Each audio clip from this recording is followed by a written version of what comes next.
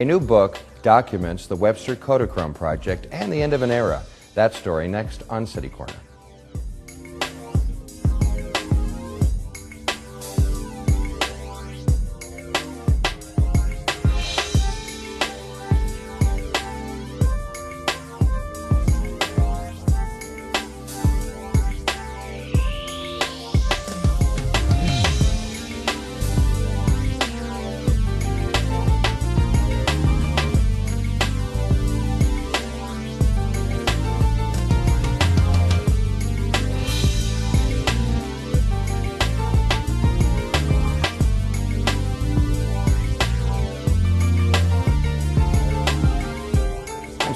And welcome to City Corner. In January of 2011, the final rolls of Kodachrome film were developed, ending the modern era of color photography. Susan Stang is a professor in the Communications Department at Webster University, and she joins us today. Hi, Susan. Welcome to the program. Hi. Thanks for having me. And what's exciting, and with the local tie, is that when this happened, when the end of modern color photography happened, you and other faculty and students from Webster University were there. And the way it started is so interesting because it started out of a discussion in my color photography class at the end of 2010, May 2010. You walked in with some film, right? Right. A photographer in San Francisco, Tom Graves, had sent out some really outdated rolls of Kodachrome. He had switched to digital like so many commercial photographers. And Bill Barrett, my colleague, and Tom are friends, and Tom said to Bill, "You think your students would like to use this?" And so he sent Bill a lot of film. Bill gave all the Kodachrome to me. I was teaching the color photography class, as I always do. And so I walked in the door, and I had this film, which has to be paid at least $10 or $11 to process, had to go to a very particular place, and was already outdated in 1981. So I wondered if the students would even be interested. You know, they're usually very careful with money, and I thought they would say, "Oh, it's too iffy, you know, we don't want to shoot this." But instead, I walked in the door, and before I even had gotten 2 steps in, I hear one of the students say to me, "Oh, that isn't what I think it is it?" And another one said, "I never thought I'd have a chance to shoot Kodachrome." At that point, it had already been discontinued the year before. So these were students who came into photography at a time when there was a cult of Kodachrome and a myth, but they had just missed it. And now suddenly they recognized that I had it, and they were so excited, and the class enthusiasm really surprised me. And I was very excited also. And so one of the students said, "I wonder if we can still process it." Well, of course, all the classrooms now are Wi-Fi, so they looked up. Dwayne's was going to process it till December 30th. It's Dwayne's Photo Lab somewhere in Kansas, right? Yes, Parsons, Kansas. This was now in a small rural area in Kansas, the only lab in the world left processing Kodachrome. They were going to process it, and then the same student, David Nash, said to me in the class, "I wonder if we call the lab if they would hold ours till the very last day." So my mouth dropped open. I just said, "David, that is such a good idea." Meaning that the photographs that you and your students took would be the last pictures developed among on the Kodachrome last ever in the world Yeah. of Kodachrome. I asked them if they minded if I left the room. I went and I called Grant Steinley at Dwayne's Photo, and he said he thought they could work out to be in the last day. He couldn't promise exactly, but as time worked on, it moved into the last batches. And came back to the room and said, "We're on."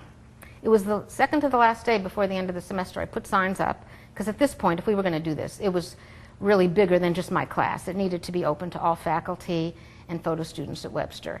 And they left for the summer looking for Kodachrome to shoot. So they took pictures, and you all ended up going out to Kansas. Yes, what happened is that I put a sign up saying we were not there for the birth of color photography, modern color photography, but we are going to be there for the end of the Kodachrome era. And if you shoot this summer, I will collect your film, and your film will be in the final batches. In the fall, I collected 111 rolls, and they went out to Dwayne's Photo. And on December 30th, a group of us went out. And it resulted in a book, Kodachrome, End of the Run Photographs from the Final Batches, which you published at Webster University. and it's full of photographs that your students and other faculty members took. That's right. With that final batch of film. The thing that made this so exciting for students is that they take photo history classes. They learn that Daguerre introduced his daguerreotype in 1839. Is that they like the tintype? Is that what that is? The original one on almost like silver mirror, the first photographic process. They learn these dates, and they learn in my class 1935. Kodak introduced Kodachrome, and that was the beginning of color photography as a modern, usable process. And it never occurred to them, as they were saying to me, that they could be part of one of those dates, that they could actually participate in photographic history. So the first exciting aspect for them was they would have these slides. All their life they would know they were holding these little pieces of mounted film that came out of those final batches of a very important era. Secondly, we decided to have a show, and thirdly, out of that grew this idea to do the book. Okay, I've got a lot of questions for you about the history of color photography and Kodachrome in particular, but we're going to, as the show progresses, look at some of the photographs that the students and faculty took. Were there any parameters on subject matter or what they could shoot, or what did you set them out to do exactly? No, we didn't set them out to do anything in particular, but to shoot film and whatever they brought. If they were part of Webster University and the photography program, we would send it in. Of course, the parameters are, was the film any good? We didn't know that. So, you know, what I shot, for example... Because it had been stored, as you said. Yes. Yeah. What I shot had expired in 1981 and 87. It had been in the freezer, but no one knew what shape it was in. Some people found other film on eBay that was more recently expired. Perhaps a few people used film that was just about at the end of, you know, that had been part of the manufacturing towards the end of Kodachrome in 2009, but nobody knew what to expect. My colleague Bill Barrett and I said, you know, we didn't see the results till after they came back in January.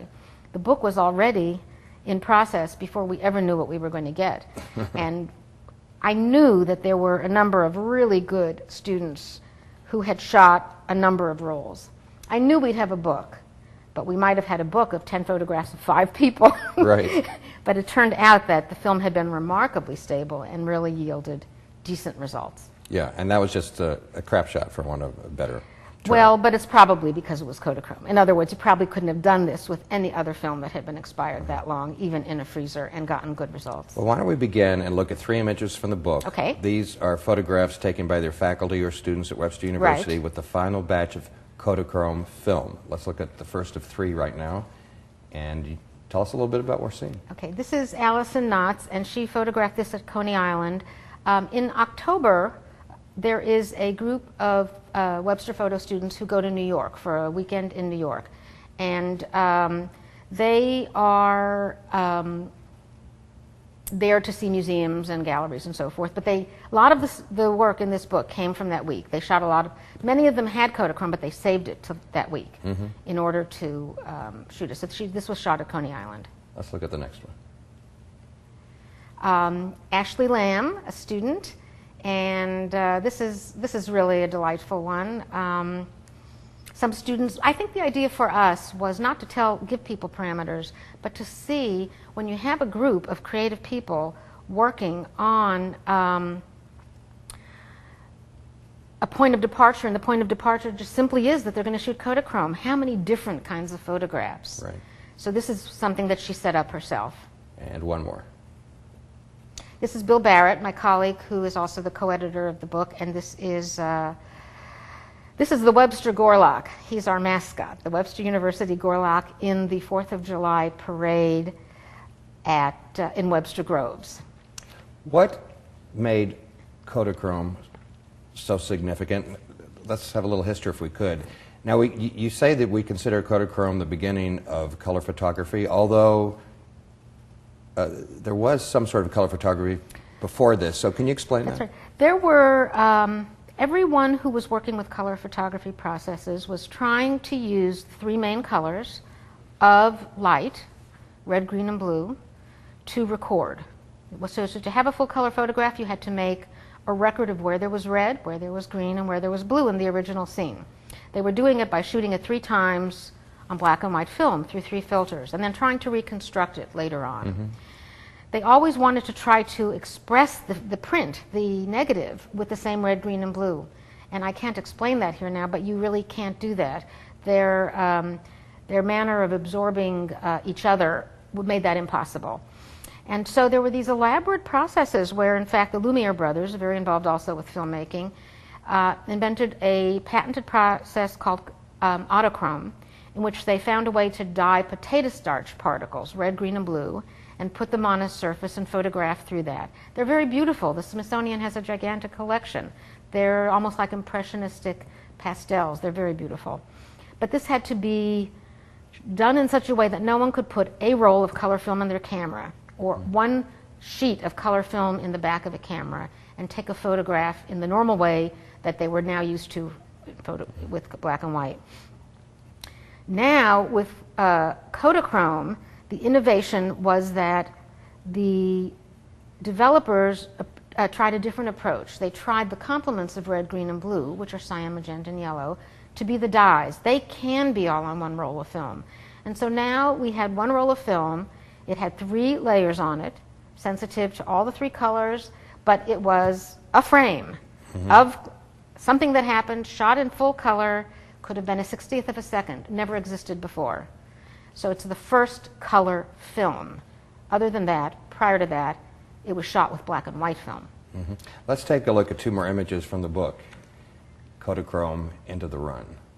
Susan Stang, and you can tell us what this is. Caleb McMurray, and he's a student in the art department at Webster. This was a communications department project, but faculty and students in the art department who also do photography participated. It was really a community, the photography community at Webster, and this is one of my favorite photographs from the book. And I know he was working with a technique of putting some various fabrics in front of the lens, and I'm not even sure how, but it is so atmospheric and beautiful. Okay, one more. Claudia Burris photographed this bluegrass musician. She is a member of our staff. She's the university photographer. And so it was really faculty, staff, and students. And that's a lovely photograph, yes. We wanted to just try to have a great variety, and in not all cases was it trying to just shoot saturated photographs, select saturated photographs. We need to take a break. Susan, when we come back, we're going to talk more about Kodachrome, the end of modern photography, and how some local students and faculty at Webster University were a part of that. We'll be right back after this.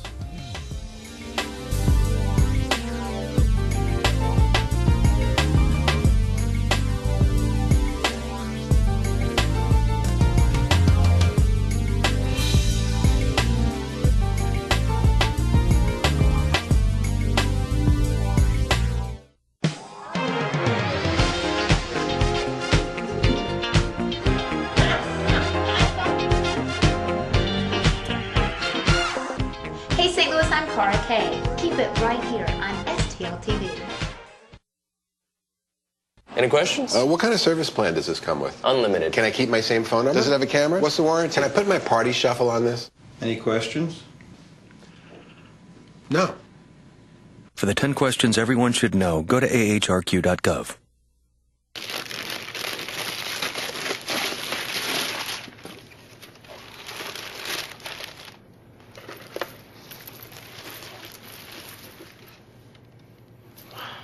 I remember how much you said you liked wine.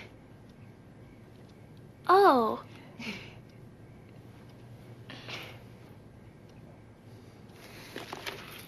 You don't have to be perfect to be a perfect parent. There are thousands of teens in foster care who would love to put up with you. So my uncle calls and he says he's dizzy and he's losing his balance. I'm like, Unc, you want me to take you to a doctor? He's like, no, I'm going to look up the symptoms. I said, your symptoms are you're dizzy and you're losing your balance. So he said, I can't get on the internet because my arm is numb. I said, well, use your good arm and dial 911.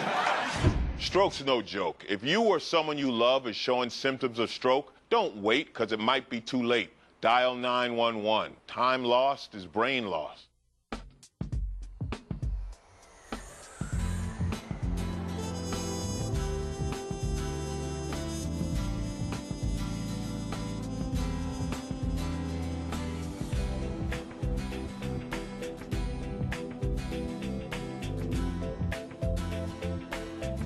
Experience St. Louis.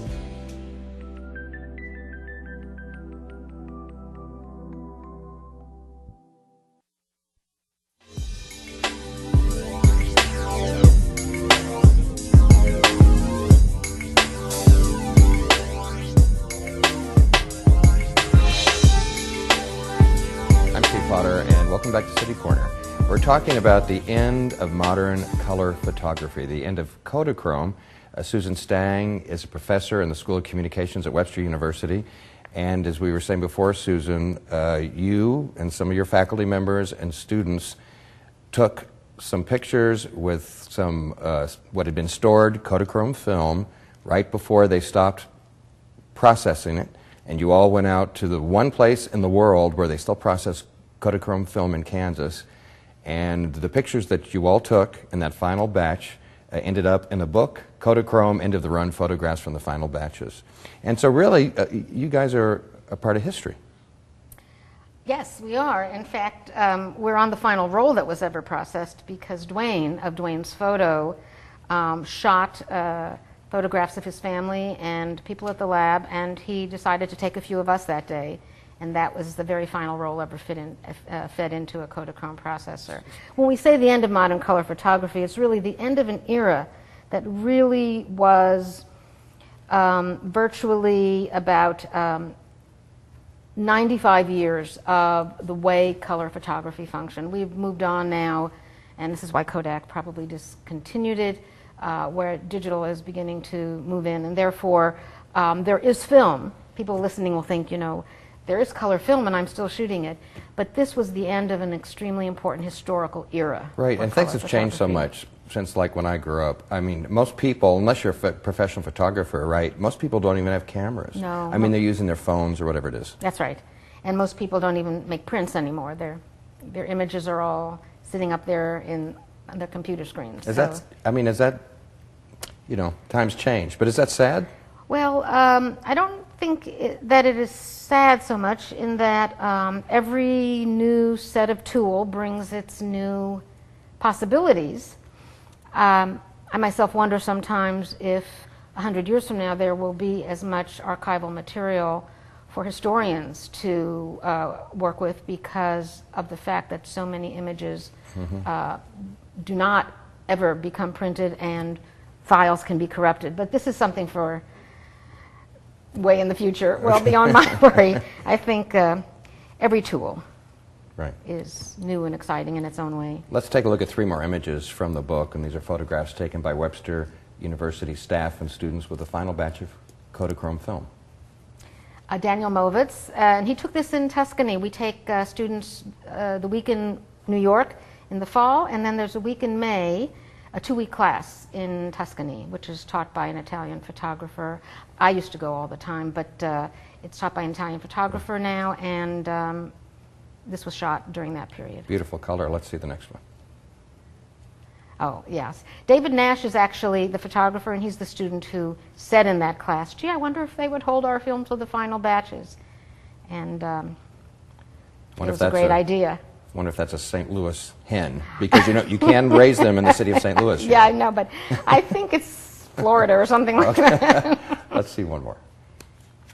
Jack Reinhardt is one of our faculty, and this is one of his photographs. He teaches the studio classes. So you walked into your class one day with this Kodachrome film that had been in the refrigerator for a couple of decades, and you decided that you would disperse it, and your students and some faculty would take pictures, which you did. Then you went out to Dwayne's Photo in Kansas to be there when the last Kodachrome film ever would be developed. Tell me about that trip and what that was like. 5 students and Bill Barrett and myself went, and we wanted to be there and to just share in the excitement of that day. Now, when we got there, it's about a 6-hour drive from here, we found out that, in fact, it would not be the last day that Kodachrome was processed.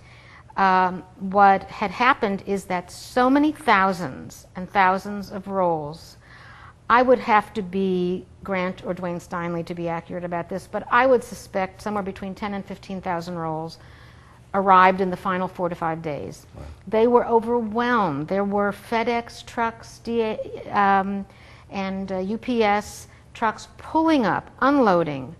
The day before, on the 29th, apparently there had been 15 deliveries by the United States Post Office, big bags. These were coming in from Japan, from China, from anywhere in the world, because everyone had no more time. And I think it was the excitement to get another roll processed, not just to use up what you had. So people were shooting and processing. And they decided that the fair thing to do, they had said they would accept film till 12 o'clock that day. So this still was a final day. Nothing could be arriving after 12 o'clock that day. But what they decided to do was to keep processing until their actual chemicals ran out. And of course, we're having this book deadline. We're thinking the film is going to be processed and come back to us in the first week of January. And in fact, I was on the phone with Grant Steinley every week saying, how does it look? And he said, well, we're hoping for next Tuesday. They had put people on 2 shifts, 24 hours a day, and they processed through January 18th. Wow. So that's when the film actually did get processed. Let's look at 3 more images from the book. Kodachrome, excuse me, end of the run. This is in St. Louis. Someone may actually recognize the particular place. Josh Masson, the photographer. It's beautiful. We'll go to the next one. Oh, this is a good one to have chosen because, in fact, this was not only on the last batches, but it's the only photograph in the book taken on the last day. Lisa Lauber shot that of Dwayne's loading dock before the truck started to come up. And she shot that with Kodachrome as opposed to, and we just thought this shouldn't go into the little photo essay in the book about the final day. This should really go into the part of the book. So that is that's the final. not only the end of the film, that's where the end of the film was processed. That's where and that's on that day. We have another one.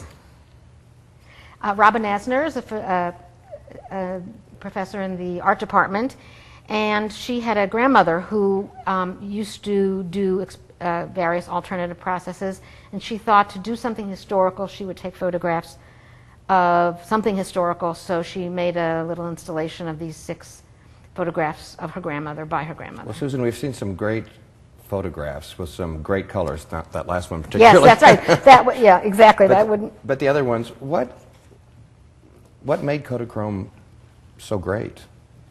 It had a way of being processed. It had to go out of town. There is actually no dye or any way to form dye in the film itself. It makes it an extremely complicated and demanding process. In being sent to a special lab, I think perhaps at one point there were 9 in the United States. There was maybe at the most 15 in the world.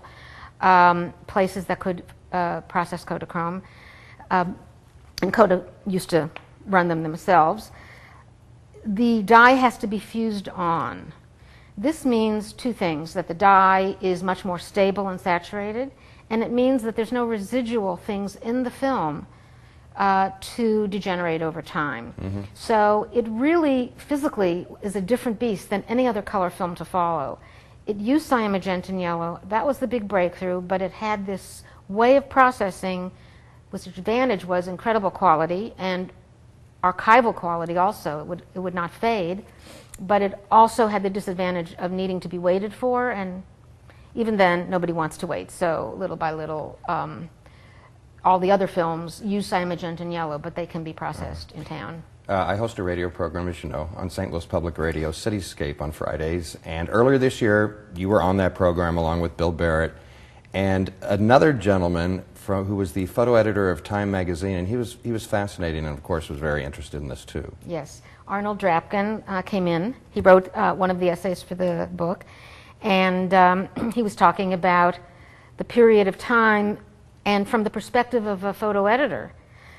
And that was really indicative of the kind of thing that we're talking about here, which was the photographers who were on a deadline loved Kodachrome. They would have wanted all their film to be shot on Kodachrome because this was that which way they could be not only most saturated, but would last. Yeah, and he talks about how they loved the quality of Kodachrome, but it was the worst nightmare to get it at the last Right, minute when you because had a it took- deadline because yes. you had to send it to New Right. Jersey. So he tells the story of a particular photographer who allowed us to use his photograph for the book, David Burnett, World Press Photographer of the Year more than once, who shot one roll of Kodachrome and most of the rest on the E6, the kind that could go and be processed within a couple hours.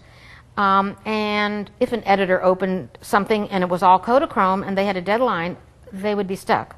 So he sent all the Burnett film from this particular shoot in the refugee camps in Cambodia to be processed. They made their pick. They put it in the Time magazine. And then when the next week, when the Kodachrome came back, he looked at it and then he saw the most fantastic photograph. He entered it into World Press Photograph of the Year. It won the World Press Photograph of the Year, but because of the deadline, it couldn't even make it into the magazine. Yeah. Let's take a look at two more images from the book. Kodachrome, End of the Run. This is Scott Lane, and it's actually shot with a Holga camera. Holgas are very popular these days. They're little plastic cameras. They can take 35 millimeter film. And so, okay, this is mine. I thought when I was shooting, I had the 81. I had all the film that had expired in 81, and I thought, you know what, it may be really faded. I better take pictures of old-fashioned backyards that if it's faded, yes, that's mine. That's very inviting. I'd like to sit right there. Right. Susan, you're working, or you do have another book. Yes, I, for a number of years, until recently, had been working with Polaroid emulsion lift process on a project in Florence, Italy, where I had been photographing and also working with two Italian friends with texts about Florence. The idea was my response to Florence as a significant part of my life, and how did other writers and poets and historians. So it included people like Camus and Stendhal Right, and the name Henry of that James. book? It's Encountering Florence, and it's also Firenze un incontro. It's bilingual. All the text is in English and Italian, and it's available on Amazon. Well, Susan, this book, Kodachrome, End of the Run, Photographs from the Final Batch, it's a great book, not just all these marvelous photographs, the end of modern color photography, but also some great essays. So I hope people will have some contact information. I hope people will look it up. Thanks so much for sharing Thank you for sharing all this having me. information today. It's a fascinating story. Yeah, thank you so much. Part of history, Susan Stang. I'm Steve Potter. Thanks for being a part of City Corner. We'll see you next time. Bye.